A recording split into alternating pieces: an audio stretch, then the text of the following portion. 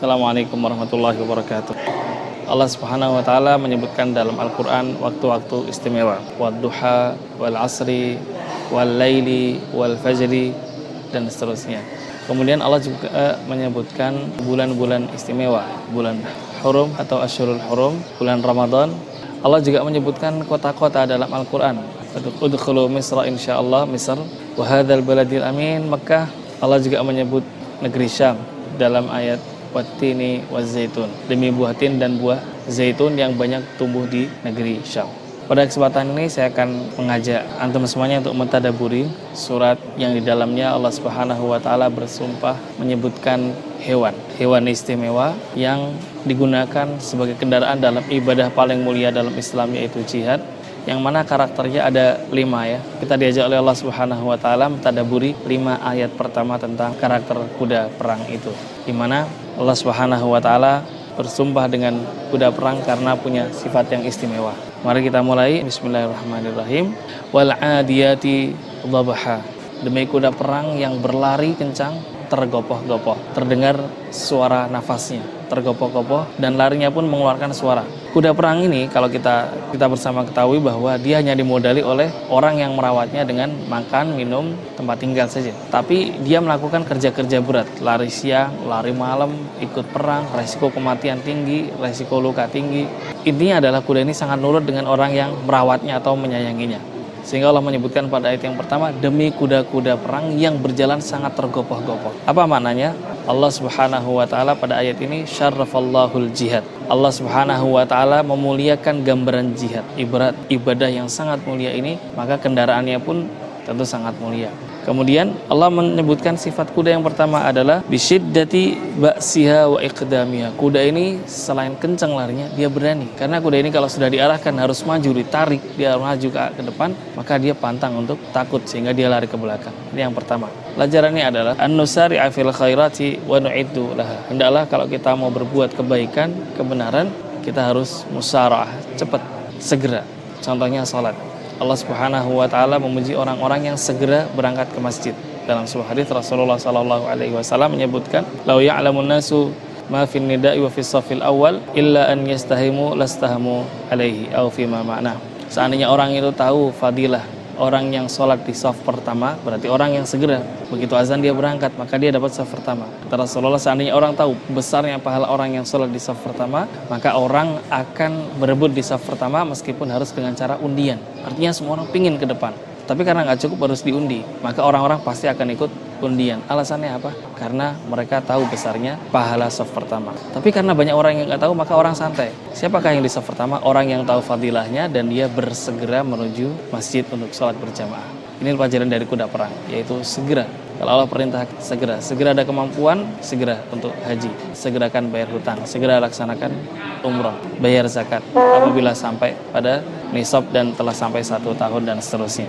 Yang kedua, Allah Subhanahu wa taala melanjutkan, fal muriyati qadha wa aqsama bil khayli allati tuqidu bihawafiriha an-nar, yaitu kuda-kuda perang yang kalau lari berjalan di atas padang pasir yang sangat panas, kemudian kukunya atau kuku besinya, kaki besinya ini terkena batu, maka batunya akan memercikkan api. Ada bayangkan kalau batu sama memercikkan api berarti sangat kencang atau keras sekali benturannya. Kuda ini Allah ceritakan kalau dia berlari sangat kencang dan kakinya ini menghentak di atas batu, maka akan memercikkan api. Allah bersumpah dengan hal ini. Apa artinya? Al-himmatu wal quwwatu wal iqdam. Hendaklah kita kalau punya keinginan kebaikan, maka kita punya himmah, punya visi, punya keberanian, dan punya kesungguhan dalam kekuatan. Artinya kalau mengerjakan amal soleh, bukan sisa waktu, bukan receh, bukan yang paling sedikit, bukan. Tapi dia berikan waktu yang terbaik dari sekian waktu yang dia miliki. Dia berkorban dengan harta, bukan asal berkorban, yang penting berkorban, bukan. Tapi dia berikan, dia khususkan, karena kita bisa tadabbur dalam ayat ini, bahwa kuda yang dikasih makan aja dan dikasih minum,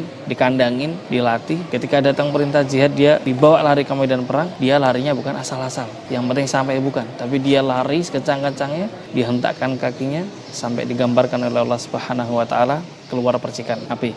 Kemudian yang ketiga, Allah Subhanahu wa taala melanjutkan, fal mughirati subha. Allah bersumpah, tughiru 'alal a'da'i waqtas sabah. Kuda-kuda perang ini seringkali diajak berjihad, siap menyerang di waktu sabah, waktu pagi. Dalam tafsir Ibnu Katsir, beliau menyitir sebuah hadis Rasulullah Sallallahu Alaihi Wasallam di mana Rasulullah kalau menyerang sebuah pasukan atau musuh, Rasulullah menunggu pagi, yatasamma'ul adzan, ya, nunggu kedengaran azan atau tidak. Kalau tidak terdengar azan padahal sudah masuk waktu subuh, artinya negeri itu tidak ada sipil muslim, maka Rasulullah menyerang di waktu subuh. Kenapa menyerang di waktu subuh? Karena waktu subuh ini beda pandangan antara dua orang kafir dan orang mukmin. Orang kafir waktu subuh adalah waktu capek, karena waktu malamnya dia begadang, dia bermusik, dia berjoget, dia minum minuman keras, dia senang-senang di waktu malam karena gelap. Banyak orang tidak tahu kalau dia bermaksiat atau dia selingkuh misalnya, dia pilih waktu malam. Maka waktu pagi adalah waktu paling capek, dia gunakan untuk istirahat. Nah, waktu inilah digunakan oleh Rasulullah Shallallahu Alaihi Wasallam untuk melakukan serangan yang disebut dengan serangan fajar, sehingga musuh sedang terlena, kaum muslimin mampu mengalahkan musuh. Apa pelajarannya dari kuda perang ini? Pelajarannya adalah hendaklah seorang muslim an-naqtarima awqatal bukuri fi a'malina. Adalah seorang muslim memanfaatkan waktu pagi untuk amal yang terbaik. Jadi jangan gunakan waktu pagi untuk amal yang sia-sia, tidur setelah subuh atau tidak beramal, jangan. Contoh amalan waktu pagi subuh, yang pertama sholat 2 rakaat sebelum sholat subuh, di mana hanya 2 rakaat tapi fadilahnya kata Rasulullah lebih baik daripada dunia dan seisinya. Kemudian setelah sholat subuh bisa dilanjutkan dengan azkarus sabah, zikir subuh, atau dimulai dengan kerja-kerja dunia. Kalau subuh orang berangkat kerja, kita buka nasi subuh sudah siap, maka insya Allah saingan kita sedikit. Kita bayangkan kalau orang kerja jam 7, cari sarapan jam 6, kita buka dari jam 5, maka insya Allah kita mendapatkan pasar yang besar. Rasulullah SAW mengisyaratkan di mana Allah Subhanahu Wa Taala memberi berkah kepada umatnya di waktu subuh. Atau mulai pagi dengan sedekah. Rasulullah SAW menyebutkan setiap hari turun setiap pagi 2 malaikat. 2 malaikat ini mendoakan orang yang berinfak. Allahumma ati munfiqan khalafa. Ya Allah yang berinfak gantilah. Jadi pelajaran dari ayat yang ketiga ini adalah kita manfaatkan waktu pagi. Sedangkan kuda diajak keluar pagi pun dia bukan ngantuk-ngantuk, dia lari kencang-kencangnya, tenaganya kuat, padahal waktunya orang tidur. Yang keempat, fa'atharna bihi naqa'ah. Kuda yang menerbangkan debu-debu. Ya, jadi kalau kuda itu lewat, kudanya udah lewat, debunya masih sisa. Artinya apa? Debu ini sangat bermanfaat karena kuda ini kuda perang.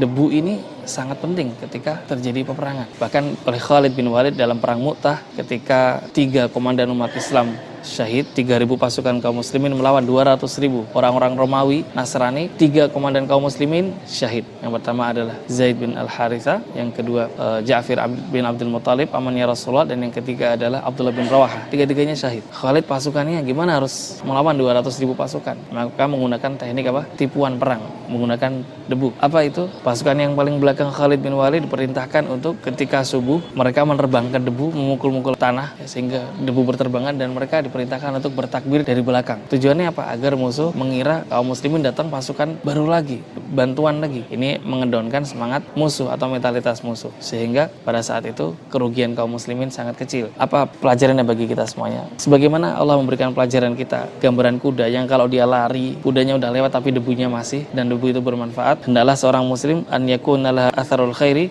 fil mujtama. Hendaklah seorang muslim ini punya tinggalan kebaikan bagi sebuah masyarakat. Dia boleh saja sudah meninggal, atau dia boleh saja sudah hijrah, pindah tempat tinggal, tapi pengaruhnya masih berasa. Semenjak ada dia di situ, sholat subuhnya ramai. Semenjak ada dia di situ, orang-orang fakir terbantu, orang-orang nganggur dapat pekerjaan. Meskipun orangnya sudah meninggal, tapi asarnya, debunya masih dirasakan. Yang terakhir adalah fawasatna bihi jam'ah. Dari kata wasat artinya tengah. Maksudnya adalah orang-orang penunggang kuda ini ngajak kuda untuk sampai pada posisi paling strategis, di tengah-tengah jantung musuh, di mana sebuah operasi militer itu dikendalikan di tengah. Kuda ini sampai ke tengah-tengah musuh, di mana untuk sampai ke situ berat karena pasti dijaga paling ketat.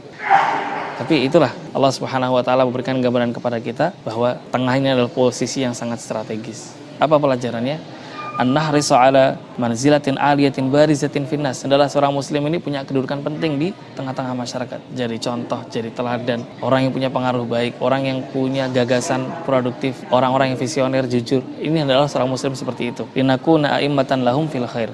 Sehingga dia dilihat, dicontoh baik oleh orang lain dan kebaikannya ditiru. Inilah pelajaran 5 ayat pertama dalam surat Al-Adiyat. Mudah-mudahan Allah Subhanahu Wa Taala memberikan kepada kita semuanya keistiqomahan dalam melakukan kebaikan dengan 5 hal, yaitu yang pertama cepat dalam melakukan kebaikan, kemudian berani capek untuk berbuat baik, kemudian yang ketiga adalah dia punya visi yang jauh untuk melakukan amal soleh, yang keempat dia meninggalkan jejak kebaikan, dan yang kelima dia menjadi orang yang pertama ra'id atau contoh ya, teladan bagi masyarakat di sekitarnya. Demikian hadanallahu wa iyyakum jami'an, subhanakallahumma wa bihamdika asyhadu an la ilaha illa anta astaghfiruka wa atubu ilaik. Assalamualaikum warahmatullahi wabarakatuh.